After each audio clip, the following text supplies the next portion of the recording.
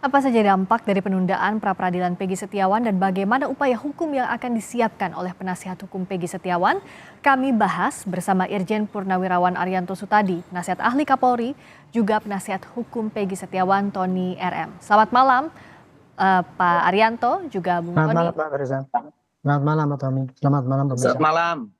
Selamat malam, saya ke Bung Tony dulu. Tadi Anda mengatakan kecewa tidak hadir pihak termohon. Apa Anda makin kuat perasaannya bahwa ada kejanggalan dari kasus ini? Ya, kami memang kecewa ya karena ekspektasi kami hari ini tuh sidang tadi pagi itu ketemu dengan penyidik.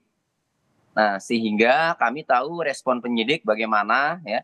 Seperti apa? Kemudian masyarakat juga memang menanti ya. Karena masyarakat awam itu kalau melihat persidangan pra peradilan itu dianggapnya hari ini ada informasi bagus kan begitu. Jadi itu masyarakat. Tapi kami sebagai penasihat hukum juga ingin agar sidang pra peradilan ini segera berjalan karena kami mengkhawatirkan dengan tidak hadirnya penyidik Polda Jawa Barat ini, kami khawatir sebagai penasihat hukum Peggy Setiawan ini upaya mengulur-ulur waktu sehingga penyidik Polda Jawa Barat sendiri ya itu menginginkan kepada jaksa penuntut pada Kejati Jawa Barat itu ingin cepat-cepat dinyatakan lengkap atau P21 berkasnya. Dan bagi kami kalau memang terjadi seperti itu, ini kan nggak fair. Harusnya kan dihadapi saja datang karena Pak Kabid Humas Polda Jawa Barat kan menyampaikan bahwa sudah siap. Itu apalagi rilis panggilan yang sudah diterimanya kan sudah lama ya. Artinya persiapan waktu yang sudah sangat cukup ya sebenarnya kalau memang tidak ada sesuatu ya. Tapi tetap kami ikuti prosedur ya untuk sidang lagi di 1 Juli 2024 ke depan ya kami ikuti. Kalau Pak Arianto, apakah melihat kekhawatiran dari Bung Tony tadi, apakah memang termohon ini ingin cepat-cepat berkas perkaranya lengkap P21 agar tanggung jawabnya beralih ke kejaksaan dengan ketidakhadiran di pra-peradilan ini, Pak Arianto? Ya kalau diperkirakan secara teoritis itu dugaan itu ya tidak ada salahnya ya.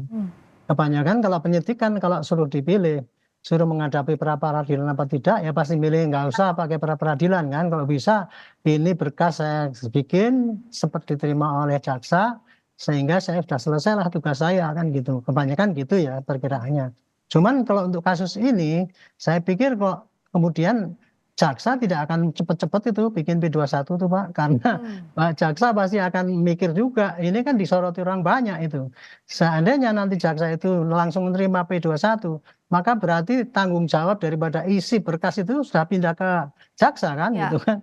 Seandainya itu kurang lengkap, pasti jaksa nggak akan mungkin dengan segampang itu, sini bawa sini saya ngadepi nanti kan gitu. Jadi kalau estimate saya, ini walaupun penyidik itu menunda dan kemudian harapannya supaya itu cepat P21, kok kelihatannya itu tidak akan semudah itu ya. Karena jaksa pasti akan lebih hati-hati dan dia tidak mau ambil alih tanggung jawab yang nggak benar. Misalnya memang ada kekurangan ya, pasti dia akan minta ini kurang ini, kurang ini, kurang ini dan sebagainya.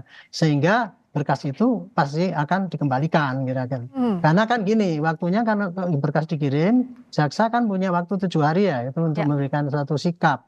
Disitulah sikap namanya jaksa akan mengatakan, oh ya udah lengkap sini, bawa ke sini berkas tersangkanya dengan barang buktinya saya terima, namanya sudah P21 gitu kan. Nah nanti kalau itu perkaranya sudah dimasukkan ke persidangan dan sudah dimulai dibuka, disitulah gugur gitu. Kalau dulu kan kalau sudah dikirim kan gugur itu. Sekarang kan ada putusan MK itu bahwa kalau itu sudah mulai baru telah gugur gitu.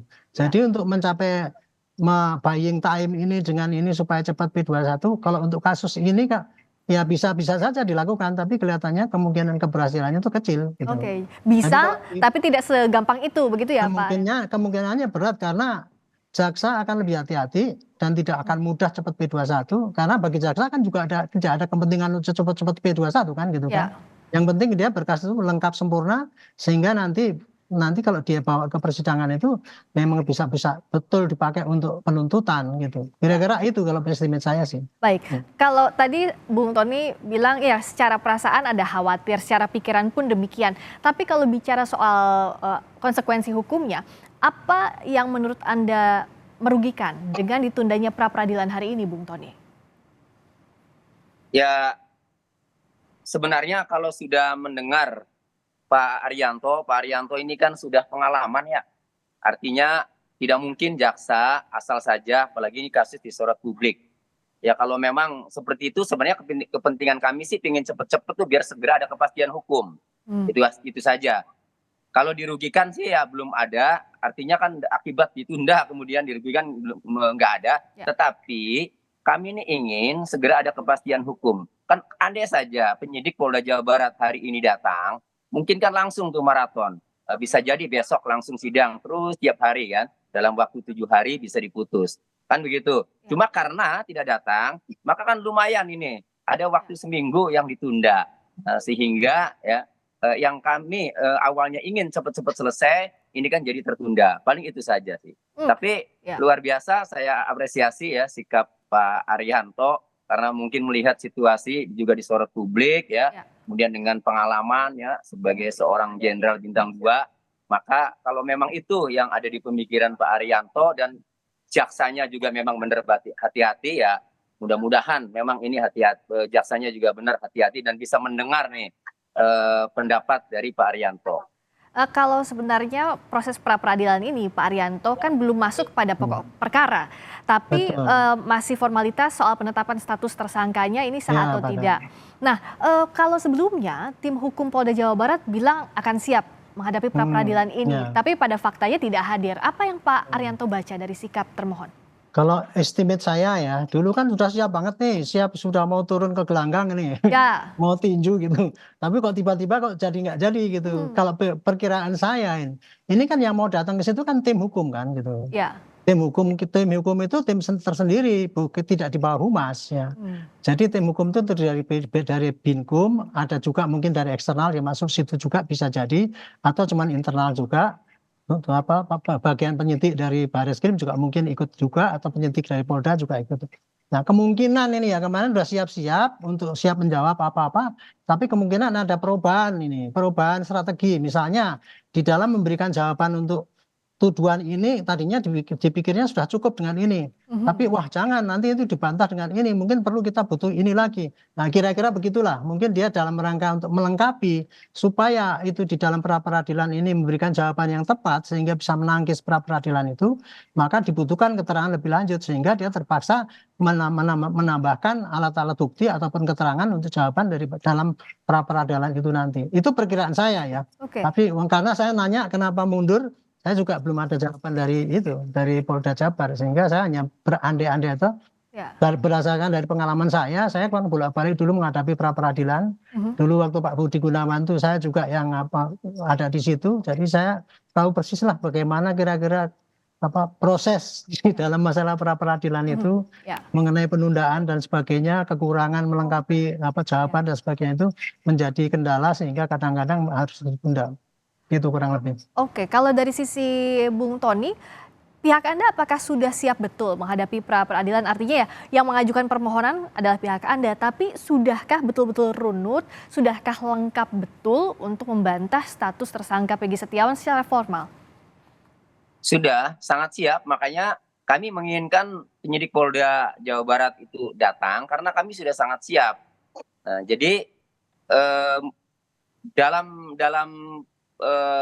posita kami atau dalil kami ya memang sudah benar-benar disiapkan. Jadi bahwa Peggy Setiawan ini pada saat kejadian itu berada di Bandung ya, itu kan kami yang membuat kami kemudian meminta kepada penyidik agar menunjukkan alat bukti apa yang dimiliki sehingga menetapkan klien kami Peggy Setiawan ini sebagai tersangka. Itu. Jadi kami dasarnya sudah sangat siap ya dan sudah sangat valid. Nah, jadi kami penasaran nih penyidik apa sih alat buktinya, kan harus untuk menetapkan tersangka itu minimalnya ada 2 alat bukti gitu.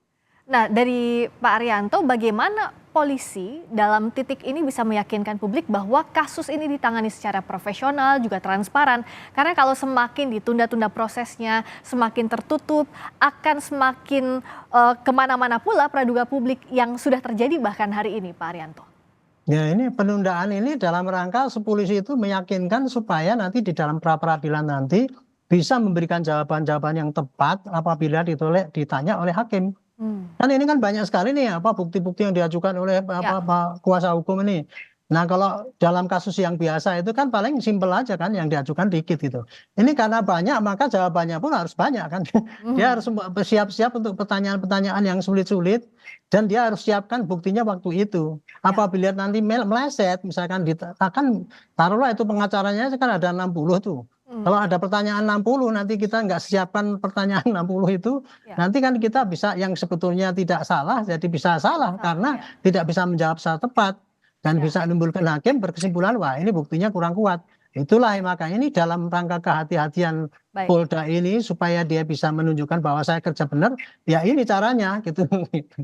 Nah, kita nantikan 1 Juli bagaimana proses pra-peradilan, semoga turun gelanggang semua pihak, pemohon dan termohon, sehingga proses pembuktian ini bisa segera terang soal status tersangka Peggy Setiawan. Terima kasih Bung Tony RM, penasihat hukum Peggy Setiawan. Terima kasih Irjen Purnawirawan Arianto Sutadi. Terima kasih.